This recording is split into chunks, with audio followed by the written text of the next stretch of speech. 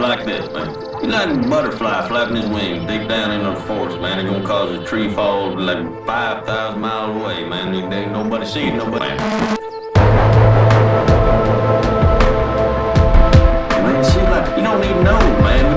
It's like you're born into this world, man. And you got like that, man. The dust and wind, man. Or like the dang old candle, man. It don't matter, man. It's all time.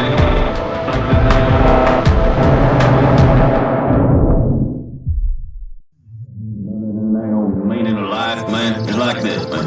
It's like a butterfly flapping his wings deep down in the forest, man. It's gonna cause a tree fall like 5,000 miles away, man. There ain't nobody seeing nobody. Man, see, like, you don't even know, man. It's like you're born into this world, man. And you got like that, man. The dust and wind, man. Or like the dang old candle, man. It don't matter, man. It's all time.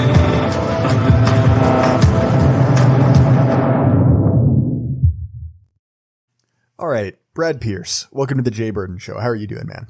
Oh, I'm doing well. Thank you for having me on. Yeah, I'm very much excited to speak with you. This was short notice, so I appreciate you making the time to speak with me. You and I were connected because I put out an open post on Twitter basically saying, does anyone have any resources on Haiti? Now, part of that is because due to recent events, it has become almost impossible to get any real information on Haiti, right? You'll get lots of articles saying any negative characterization about Haiti or Haitians is, horrible racist drivel, or you will get horrible racist drivel about Haitians. Right, exactly. And so I was looking for, as best as I could find, kind of an unbiased take on the issue, and you responded to that thread. So before we get into it, could you introduce myself to my viewers, and explain, what you do on the internet? Yeah, well, my name is Brad Pearce. I write the Substack, The Wayward Rabbler. I am also a regular contributor to the Libertarian Institute, and I am a book reviewer for The American Conservative. I write about a variety of topics, whatever I'm kind of interested in. I do a lot of media analysis type of stuff, pulling together a lot of different sources, going into the background of people that I think are kind of promoting Atlanticist sort of narratives, working for like the NGOs that are funded by the State Department and, the UK Foreign Ministry and, everything else like that. Sometimes George Soros, but, any number of things like that. And I try to get really deep into the background of these areas, understand the events and the people in them, and then kind of explain the lessons that we could learn from, history and political theory about what's going on, basically. So what piqued your interest about Haiti? Well, so I have a degree in literature, and in college I read the book Brother, I'm Dying by Edwidge Danticat, who is a well-known Haitian-American author, and that went somewhat into the background, so I already knew a fair amount about the story. My interest was really that they were spending a bunch of time trying to get this new invasion force together. For the fourth time, the U.S. has been involved in invading Haiti in the last, roughly 100 years. And, it's the classic, it's trite, but true, insanity is doing the same thing over and over again and expecting different results. So it just caused me to go into the background of it because really, when I see a story like this, there's very few people that, as you said, are doing a good job talking about it. There's a lack of interest, a lot of misunderstanding of how Haiti got into this state. And so I just decided that it was a good story to cover. And then, I've written 2 more articles about it as the situation has developed. So I will, just as to kind of explain to you my context for what I know, and we can go from there. Is pretty scant, right? So recent events excluded, right? Where I've been kind of active on the internet. My primary, points of contact with the island of Haiti is knowing some guy who went there in the 90s and thought it was the biggest hellhole on the planet. And then also a brief digression with I think it's Mike Duncan, who has a podcast on revolutions that I listened to in college, so quite a while ago, and thought it was interesting. Didn't get a whole lot from it. A little bit more just as I kind of have an interest in slavery and slave revolts. take that in the most normal way you can say the phrase, I have an interest in slavery. Yeah, for sure. But so I really don't know a ton about the island. So if you're explaining the history of Haiti to a relative newcomer like me, where do you start? Okay, well, Hispaniola was kind of one of the first large islands that the Europeans got to, and it ended up split between the French and the Spanish, and it was France's most profitable colony.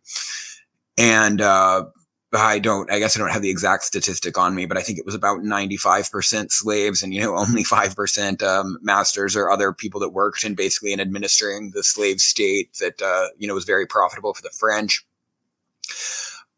In short, some of their leaders kind of got caught up in the ideas of the French Revolution and, other ideas about universal, human rights and stuff like that. It obviously did not go as it might have. But, then it became home to the world's largest slave revolt since Spartacus. That's an interesting statistic or fact, I guess. And then, from there, they basically slaughtered the former ruling class, but they were, made to, it's very rare, as that slave revolts are actually successful. Like you might end up like the Maroons in Jamaica and be able to kind of make a home for yourself in the hills, but like completely overthrowing the system and slaughtering the prior slave owning class is historically, I don't even know if there's another example of it being successful.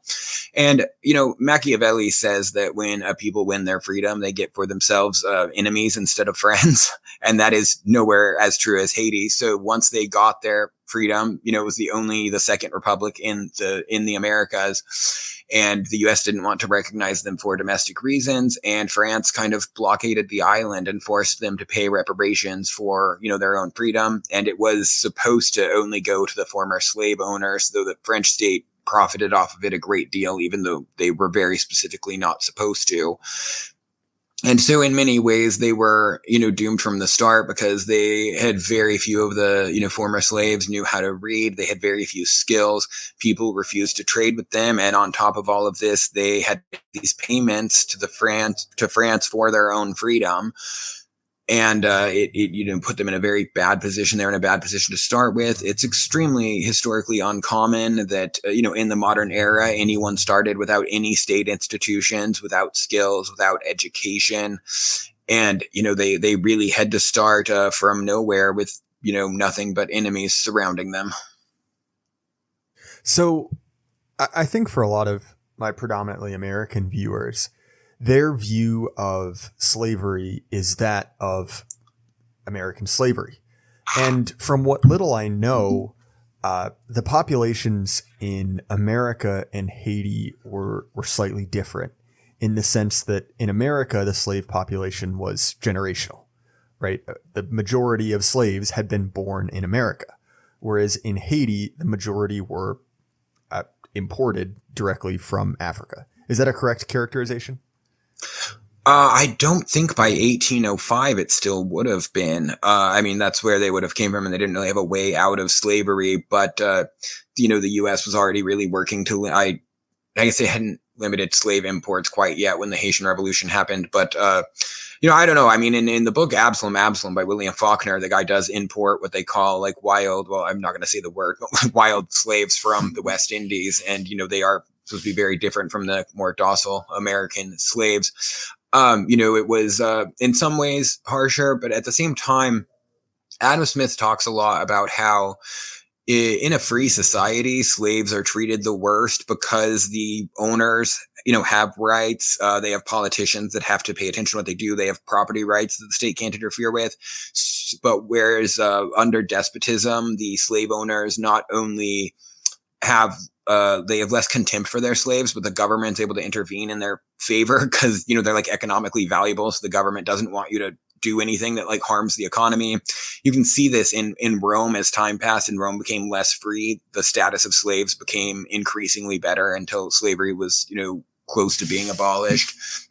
So, I would say actually that the status of slaves in Haiti was in many ways less bad than it was in the United States prior to their revolution, but there were, many, many more of them as a percentage of the population. So from what little research I have done, it seems like pre-revolution, the society was intensely racialized, right? There were different classes based off of your, and this is going to be difficult to say in a way that YouTube will accept, but your relative levels of melanin, right? There were a class of obviously African slaves. There were, mulattoes, quadroons, octoroons. Yeah. Yes. And all of these are literal terms. I'm not using them as a slur per se. Yeah. How did that dynamic play out post rebellion? Was it still stratified, or were those people sort of upended? I mean, the whites were definitely killed if they did not successfully flee. There's really, as far as I know, basically no remnant of Haiti's pre-revolutionary white population. Almost any white people that live in Haiti are, American expatriates or other things of that nature. I think they did also go after some of the lighter skinned people that were seen as being part of the situation with slavery. It does bear remembering that, a lot of things were going on in France itself in the era that this happened. It was going through, a period of very great instability. But I don't really have a great answer for you other than to say that they really got rid of everyone that wasn't a descendant of a slave after the revolution. Well, fair enough. So post revolution, obviously you've mentioned the fact that very few governments recognized Haiti as a legitimate state. They were largely cut off from trade and economic development. What does the immediate aftermath look like for the Haitian government, if it can be called that? Is there, and this is what we call in the industry a leading question, were there peaceful transfers of power?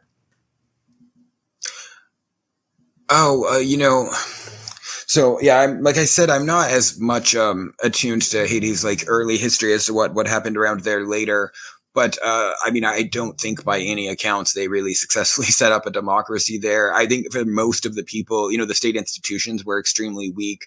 Most of the people there reverted to, subsistence agriculture or fishing or things like that. It's not even clear to me where they managed to get the money to pay France, they paid those reparations over the course of 130 years. So, France got the last payment in 1936 or something.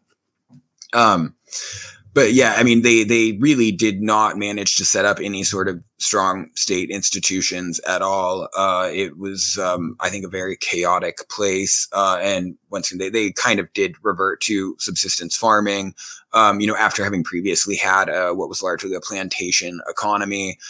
This kind of mirrors what happened after independence in Africa, where, they were very reliant on these cash crop exports. But the people wanted to own their own land, and the farms got broken up smaller and smaller. And while in some ways it made society more fair, it also stopped the type of agriculture that actually brings in foreign exchange and allows for economic development. All right. So you mentioned a series of invasions. Yeah. Right?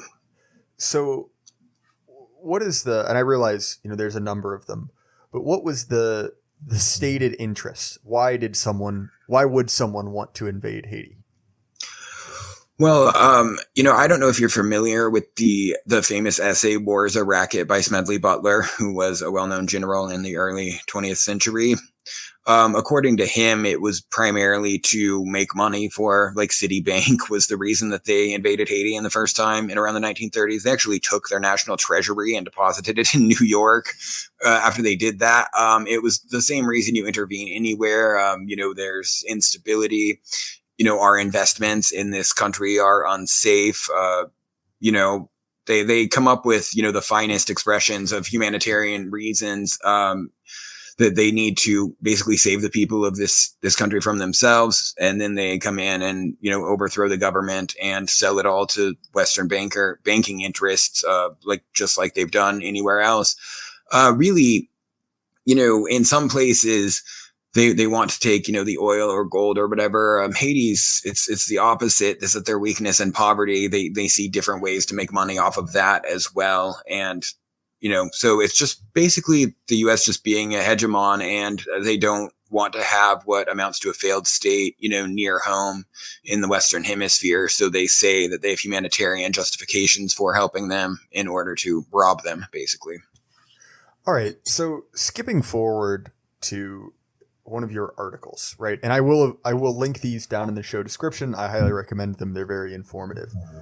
But the kind of modern, and I mean that in the most narrow sense, as in like things that have happened in the last few years, right? Story of Haiti is a series of coups, right? Some of them backed by the U.S. government. And to me, I really became aware of this because of the emergence of should we say a colorful character known as Barbecue? Yeah. Right. Who seems to be, as of the current moment, the de facto leader of Haiti, I guess. Yeah. So obviously, that guy kind of grabbed headlines by being a little bit outrageous. But, when does this kind of current round of unrest start? So the current round of unrest, Haiti already did have a lot of problems. They had only recently had, the last time a UN force left before this one, it was only gone for about 4 years before they came back. Anyway, in 2021, the president of Haiti, Jovenel Moise, was assassinated when the government was already very unstable, already had, delayed elections. And they were supposed to have them every 2 years. So they already delayed that election. And then he was assassinated by a hit squad that was set up in Miami, which is, it's very much a city of intrigue and spies and stuff like that, as far as it relates to Latin America. And so this group of Colombian ex-military, ex-special forces, and of Haitian exiles entered the country, and they assassinated the president. They then made really strange claims about how they didn't know that was what they were there to do, as if they accidentally broke into his house and shot him dead. Like, like if it was possible to do that by accident. But one of them was, later found hiding in the bushes outside, like calling someone to try to get extracted. It was all extremely strange. A Haitian American dual citizen that was in Miami was kind of broadly blamed, as was, the guy who was the prime minister at the time, Ariel Henry, who ultimately, he was kind of in the process of becoming the prime minister. Anyway, so after 2021, when that happened, the guy that was the U.S. backed was able to take power, even though constitutionally someone else should have been the one to take the presidency. And from there, they never managed to hold any sort of elections. So to their credit, Haiti's legislators did not stay in office after their terms expired. So by 2024, the last round of senators had left, or no, it was 2022, the last round of senators had left, and Haiti was left, absolutely without really any form of government, either in terms of providing services or in terms of, people that are elected and, have any amount of legitimacy. There was just a prime minister ruling by, not even ruling by fiat, but, basically controlling, the national police force and nothing else. And it just descended into, I actually really dislike the term failed state, because it's almost always used in a way that obfuscates instead of informs. But Haiti truly became a failed state. Like at every level, the state itself failed and was just this one man who, did not have any legitimacy, trying to control the strongest gang in Port-au-Prince in the form of the Haitian National Police. So how did the Kenyans get involved? Yeah, that's kind of a funny story. So not to go too deep into background here, but, Kenya is actually a less important country within Africa than you might think living in the West. It just is that it has been on good relations, in a good relationship with the US and the UK, and a lot of people go there on safaris and stuff like that.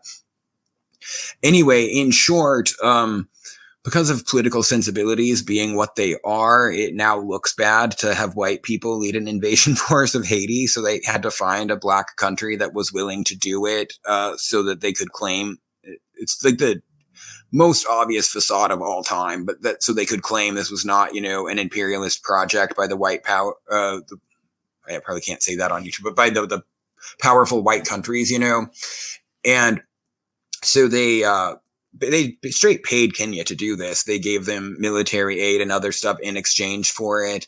It was very controversial within Kenya. They got prevented multiple times by lawsuits. They had to use technicalities to change the nature of what they were doing to be able to send the force. And, Kenyans, their police force have all sorts of brutality problems. Kenya has its own military problems. The laws that they have in place about intervening in other countries are meant to, deal with terrorism in their neighboring countries. Haiti and Kenya didn't even have formal relations before this started. It's really crazy. And, they don't speak neither French nor Haitian Creole, but, they have some Senegalese and some Beninese, are involved in this as well that, can maybe at least speak to the Haitians. But it's really as simple as the U.S. paid Kenya to do this. So how would you characterize the level of violence and the level of dysfunction? Is this, sort of a Kenosha 2020, or is this a full on reversion to kind of the Hobbesian state?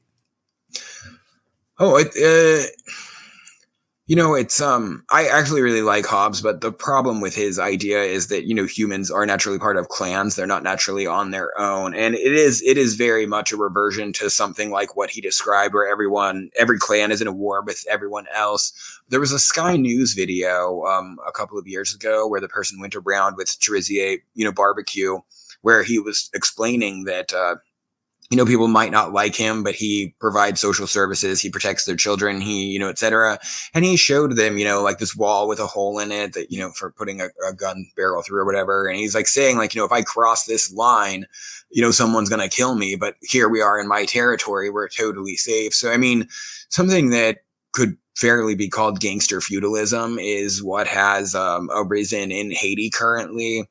And, at times it's I think is actually more peaceful than you might imagine. But, at other times they're fighting over territory because they, it's, I think 200 major gangs, in the country, both controlling, the city and the countryside. I should have looked up his name before we went. There's also this guy that got deported from the US, and by, within a month, he had taken over their armed environmental police that they have in the countryside to stop environmental degradation. And he became the biggest warlord, out in the country, whereas Barbecue mostly runs Port-au-Prince. So, on the day-to-day, the violence is pretty bad, but I think possibly not as bad as a person would imagine given the nature of the situation. But it's gangster feudalism is really the only way to describe it. So there's been a rise of a vigilante movement in response to the conditions on the ground. Do you want to speak to that? Yeah, that's it's basically people that are tired of what's going on, and so they formed their own gang to fight gang violence. They go around with machetes and chop people up, basically. But the idea is that that the government's not protecting them, which it's not. That they also don't want to live under the rule of these gangs, which they don't. And so then they get together and try to protect their neighborhood. But in many ways, they're really not they're not substantially different from the gangs that they're fighting. They just maybe put nicer words to it or what have you. But like Barbecue also uses some pretty nice words about what he's trying to do for Haiti. So it's just really people that got tired of living under their rule, and so they decided to band together and distribute machetes. So I'll play devil's advocate here. Okay. If the situation on the ground is so bad, right? There's absolutely, no kind of monopoly on violence.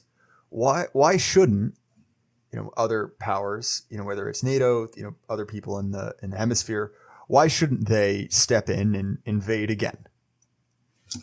Well, more than anything, it's not going to work. The mission that they're sending, I think, has one soldier for every 100, estimated gang members in Haiti. It's mostly like the absurdity of it, and that, they're using people that don't have any interest, and we've watched it not work over and over again. If you have this attitude that, the U.S. does, yeah, really the only argument against it is that history shows that it's not going to work.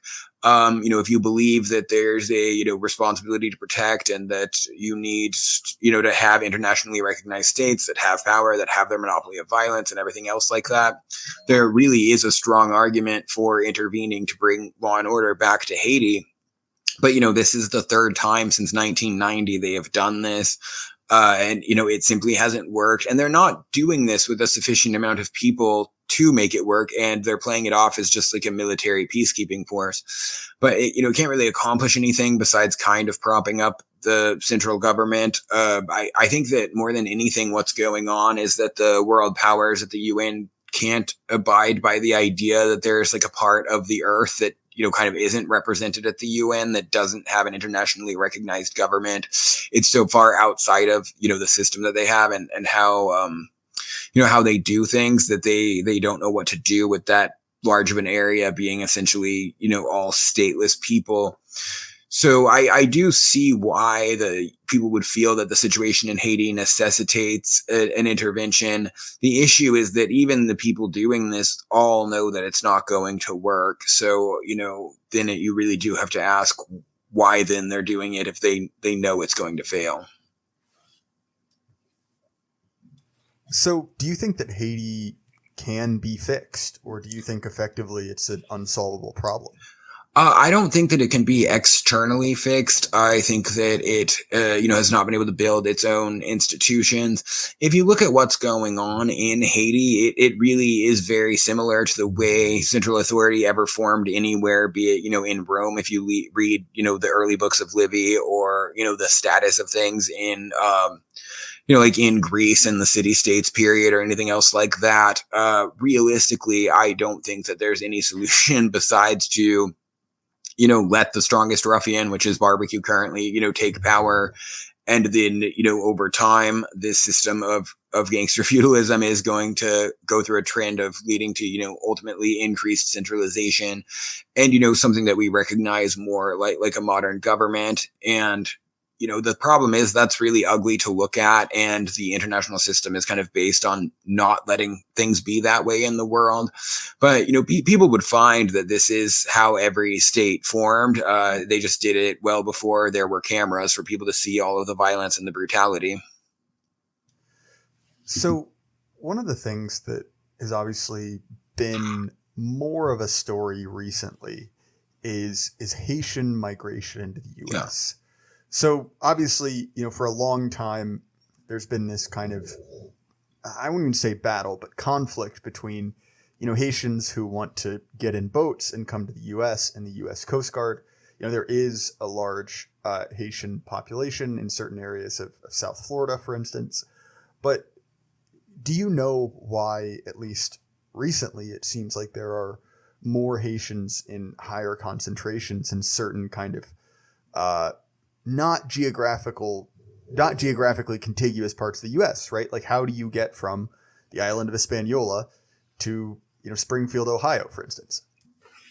Yeah, I mean, and that is the aspect of what's going on in Haiti that actually is a concern for the outside countries, because Haiti is far too weak to harm any country besides itself.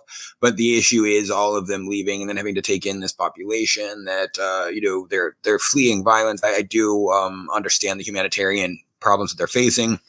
But, they have very low rates of education. They're more likely to have communicable diseases. They, have been exposed to violence as children. Really just a lot of kind of human development index problems that you don't really want coming into your country. I can't really speak to how they've actually got to Springfield. I think that it's more of, a chain migration thing. People forget that even the poor in most countries, have smartphones. They have, TikTok, where, there's like every subculture group. This is really a big thing with all of the mass, immigration, is that they can see TikTok videos explaining how to do everything to get there, or WhatsApp chats or anything else like that. So, I think it's kind of is just chain migration like anywhere else, that once, there were jobs open there or whatever, that they all, then came in rapidly. And, the Biden administration, they keep saying, oh, these people are, they're legal. And it's like, well, yeah, because the Biden administration has basically legalized almost every form of immigration. So these are people that would have been illegal immigrants 5 years ago, but the Biden administration let them enter the country, through this TPS system, which incidentally you're supposed to be required to have been in the country since the emergency started or whatever. It's not supposed to involve letting anyone in at the border, which is what they're actually doing. I can't speak to how they end up in any specific area besides that they hear about jobs or housing or whatever being available. But they're like people from, I think people from 180 countries were, intercepted at the border last year, maybe 170, regardless, almost every country on earth. And, they're not that far away. If they have money, they get a flight to Mexico and then they just walk across like, people do that are, be they from Venezuela, or, Nigeria, Turkey, wherever else. And then, they just end up somewhere where other people speak their language, where they might have family connections. And then suddenly you have a town like Springfield, Ohio, that is like 1/3 Haitian. So what do you think the near future holds for Haiti? Obviously, you've mentioned that, you're somewhat bearish on the prospect of, another UN intervention. Do you think that is a likely eventuality, or do you think Haiti will just continue to be this sort of unaddressed issue? Well, I mean, the UN intervention force is actually there already. Actually, it ended up not quite being under the auspices of the UN. They're trying to get UN approval of it currently. But the last time there was a UN force, they gave the people of Haiti cholera, and there was massive sexual abuse of the Haitian population by the UN peacekeepers. So, they're very unpopular in Haiti for, like raping their 13-year-old daughters and stuff like that. And, but the force is doing better than I expected, because I kind of expected them to not be able to get off the boat or off the plane or whatever. And, they've been able to land and stay there. But, really all they're doing is they made up this fake Haitian government of exiles and, named some person in charge of it. That's now Haiti's internationally recognized government. Their main mandate is supposed to be to find a way to hold elections, which they're probably never going to be able to do successfully. And so, I mean, currently, as far as I know, the, invasion force of, something like 5,000 people or something, I don't remember the exact number, are there kind of trying to just keep those people alive. And so far, despite what, the gang coalition said, they've not actually attacked them in the way that they claimed that they were going to. And the situation has currently been surprisingly calm. But, I mean, really, in my view, the future of the international force is that they're just going to stay there until something really bad happens. They get into, like a Battle of Mogadishu type of situation. And then they're going to flee, and 5, 10, 20 years later, someone decides to do the same thing again because, the Haitians live in the movie Groundhog's Day, basically. So one more thing that I want to ask you about is every once in a while you'll see this satellite photo of the island of Hispaniola at night. Yeah. And you see the Dominican Republic, which, admittedly is not, a particularly wealthy country, but it is lit up. Whereas on the Haitian side, it's completely dark. It looks very much like satellite photos of North and South Korea. So, some of that obviously is just a lack of economic development. But, why is it that the country of Haiti is unable to feed itself, is unable to meet its own sort of caloric needs? It's funny that you would say that, because where I thought you were going with that is the picture of the environmental degradation is usually the satellite image that people talk about. Because, Haiti has really, really bad deforestation and stuff like that. Anyway, there's definitely a lot of causes, to mostly just, extreme poverty and then also depredations, on the Haitian people in various ways. They have these international structures like the World Bank and stuff like that inevitably just only make countries ever poorer. But the other thing that is just an interesting story is that in the 1970s, the U.S., like the public health type people, but for animals like the USAID and USDA and stuff like that, was worried about this African swine fever and it spreading to the US. And they got the Haitians to slaughter all of their pigs that were this Creole pig breed that does really well and was like the backbone of their farm economy. And then they replaced them with American pigs that don't do well in Hispaniola. And, that really was a thing that perpetuated poverty. Like as it stands though, it's just, there's been no functioning government for, really, it was already in a bad shape, but for like 3 years now, there's been absolutely no functioning government. And so, infrastructure that was built breaks down. One of the things they've been fighting about is the gas imports. That was one of the things that the gangs stopped when they were fighting the government, was the imports of gas that, they used to run their cars and also run their power stations and stuff like that. So ultimately there's just no answer besides that, they just absolutely extreme poverty, whereas the Dominican Republic has had a much better last, 60 years or so. They've, had at least had a fair amount of stability and, some economic growth. Well, fair enough, man. Are there any other sort of angles to this that you think are important for people who want to understand the Haitian situation better? Yeah, the thing that I think is probably the most difficult for people to understand is what I said about it. Almost no one starts with no state institutions, but you have to realize that they also didn't have any cultural institutions because, these were people that were brought from, multiple parts of Africa, and thus their traditional, their tribal structures and stuff were completely broken. And then they were put into, this situation with slavery. And they in many ways, usually when your government collapses, you do have a lot of strong cultural institutions that hold various things together because you have your, clan or tribe or any number of things like that. They didn't have any of that. Really, the only one they have is the Catholic Church. While Haiti is mostly known for voodoo, the majority of people do also profess to be Catholics. It's kind of a syncretic sort of thing. And so that's really been the only international institution that worked there and has given them any sense of stability. I think that's what people are missing. You said at the beginning something really important, that, you get people that are calling any criticism of Haiti racist drivel, and then you get real racist drivel. I'm not actually offended by racism, but I'm annoyed by it because it's a really simplistic way to look at complex matters. And I write about Africa quite a bit, and, I've written about Haiti. And so I'm trying to talk about all of these different obstacles to development and, why they're struggling. And then, you get people that just want to say like, oh, they have a hereditary low IQ, and they refuse to look at any other thing that's going on. And then they won't even tell you what you're supposed to do with this information, like what that means for improving the countries or, anything else like that. They don't have anything productive past that. They just really all they care about is trying to get someone to agree that Black people have a hereditary low IQ. It's very frustrating when, I'm trying to actually look at this island that, or Africa as a continent as a whole, that has a huge number of really complex and in fact very interesting problems. Yeah, I think that it is. It's interesting to look at a situation like Haiti, because, obviously, how do I say this to get it on YouTube? Obviously, yeah, right. it's a situation where there are very few good guys, right? Yeah. Like an overly simplistic view of it is like, oh, well, it's, people throwing off their chains, rising up. Yeah. And it's like, well, that happened, but also, right? And similarly, right, a lot of post-colonial writers will talk about the conditions of Haitian slaves, and it was very, very bad.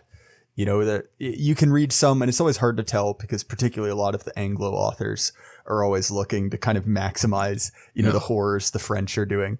You read sort of Wile E. Coyote-esque situations like, forcing slaves to eat gunpowder and then, lighting them on fire like a firecracker, which is like, okay, well, I can understand human cruelty, but that is basically Looney Tunes, right? I'm not sure that quite works. And again, right, when you kind of strip back that ideology, you have this genuinely horrible situation. And I'm not, forgive me for oversimplifying, but I'm not entirely sure importing all 8 million Haitians to Ohio solves the problem of what is going on in Haiti. No, I'm against mass immigration in general, but that also doesn't mean that I don't know. It doesn't mean that you have to be, racist and hate your fellow man. You can just look at the fact that, it's our business is taking care of our own country. It's not our responsibility to, take in, people that, have all of these different problems as they do. It is kind of a funny thing, though, because if you were to point to Haitian Americans that have been really successful in America, the main two that, have reached really high positions and are prominent are Claudine Gay, the former president of Harvard, and Karine Jean-Pierre, Biden's main press person. And both of them are absolute morons. They've reached, like, on paper, very impressive positions in life. Well, Brad, I think that we are approaching our time limit. I really enjoyed this conversation. It was very informative. But if people want to find more of you and your work, what's the best way for them to do that? Well, I'm on Twitter just at Wayward Rabbler, and then I have my Substack, which is thewaywardrabbler.com.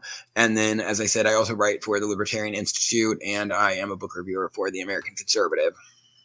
Well, like I said, all of those links will be down in the description. I highly recommend Brad's analysis. It was very helpful to me getting a better understanding of what's going on in Haiti.